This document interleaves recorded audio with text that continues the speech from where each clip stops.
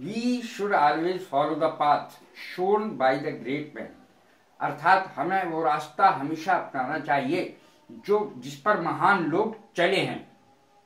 महाजने येन गतः सपंथा, महाजनो येन गतः सपंथा। महाजन लोग जिस रास्ते पर चले हों वही पंथ सबसे बढ़िया है।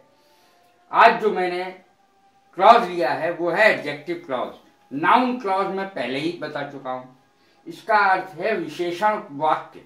विशेषण उपवाक्य नाउन क्लॉज के बारे में मैं बता चुका हूं। अब एडजेक्टिव क्लॉज आज ले रहे हैं हम।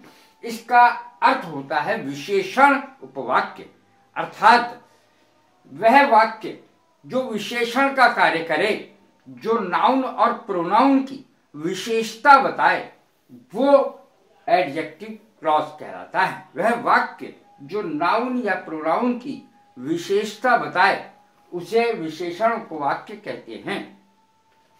अर्थात एडजेक्टिव क्लॉज से पहले नाउन या प्रोनाउन का आना जरूरी है जिसकी वो विशेषता बताए। उस नाउन का या प्रोनाउन का होना एडजेक्टिव क्लॉज से पहले, विशेषण उपवाक्य से पहले आना जरूरी है। जैसे ये सेंटेंस को यदि हम देखें तो हमें पता लग जाएगा। आई नो द मैन, मैं उस आदमी को जानता हूं।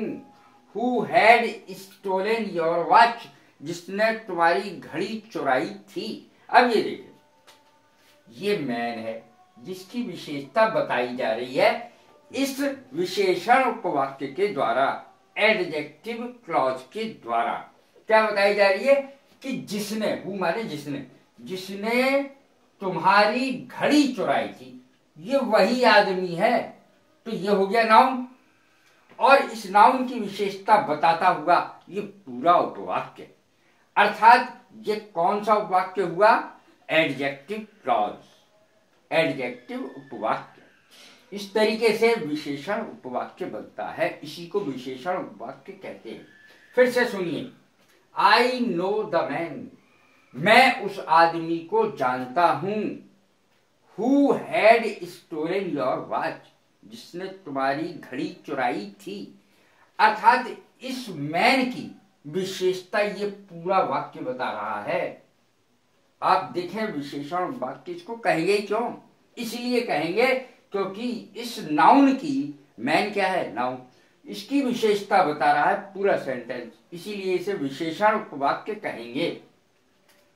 अब देखें, ये जो विशेषण उपवाक्य हैं ये किन शब्दों से शुरू होते हैं? इनका प्रारंभ होता है इन शब्दों से जो मैं हिंदी सहित बताने जा रहा हूं। मैंने शब्दों की हिंदी जरूर बताई है ताकि समझ में बिल्कुल साफ साफ आ जाए, क्योंकि हम लोग अंग्रेज तो है नहीं, हम लोग तो हिंदुस्तानी है।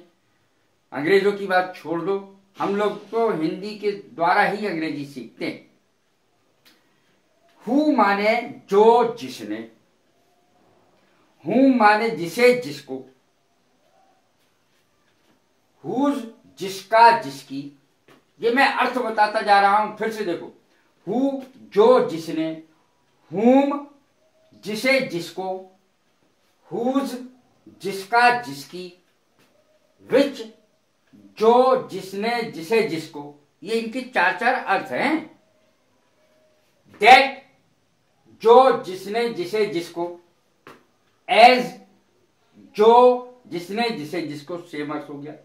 जो विच का है वही एज का भी है। वाई जिस वजह से या कि क्यों। व्हेन जब, वेयर जहां। इस तरीके से इन शब्दों के अर्थ भी आपको आ जाएंगे। जिनको नहीं आते होंगे उनको भी आ जाएंगे इनके अर्थ। इसलिए मैंने इसको अंग्रेजी के साथ लिखा है हिंदी। इन शब्दों से जो वाक्य प्रारंभ होते हैं वो विशेषण उपवाक्य या एडजेक्टिव क्लॉज कहलाते हैं। अब इसको देखें, सेंटेंस को दूसरे को। दिस इज द विलेज, ये वही गांव है। दा लगा दिया तो वही हो गया।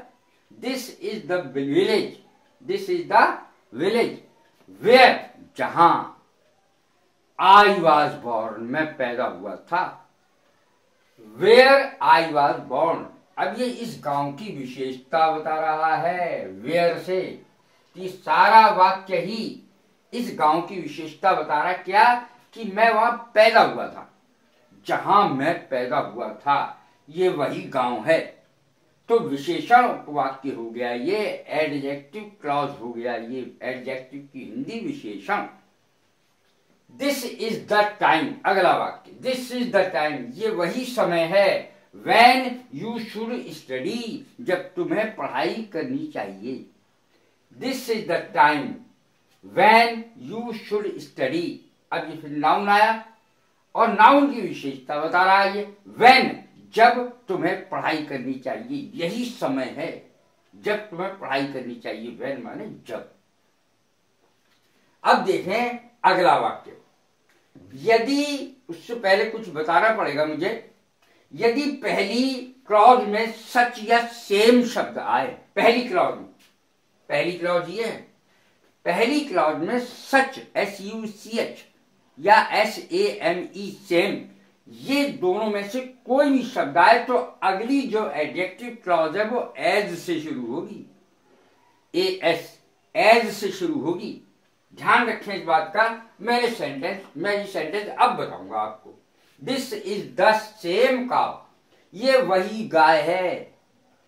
एज आई परचेज्ड यस्टरडे, जो मैंने कल खरीदी थी, ये बिल्कुल वैसी गाय है। सेम, ये बिल्कुल वैसी गाय है।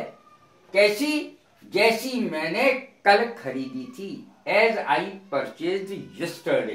तो इस नाउन की विशेषता बता रहा है, ये पूरा वाक्य ही बता रहा है।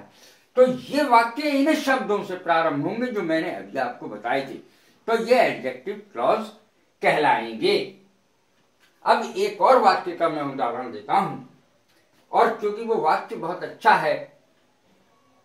He who rides will fall, गिरते हैं सहसवार ही मैदाने जंग में, गिरते हैं सहसवार ही मैदाने जंग में।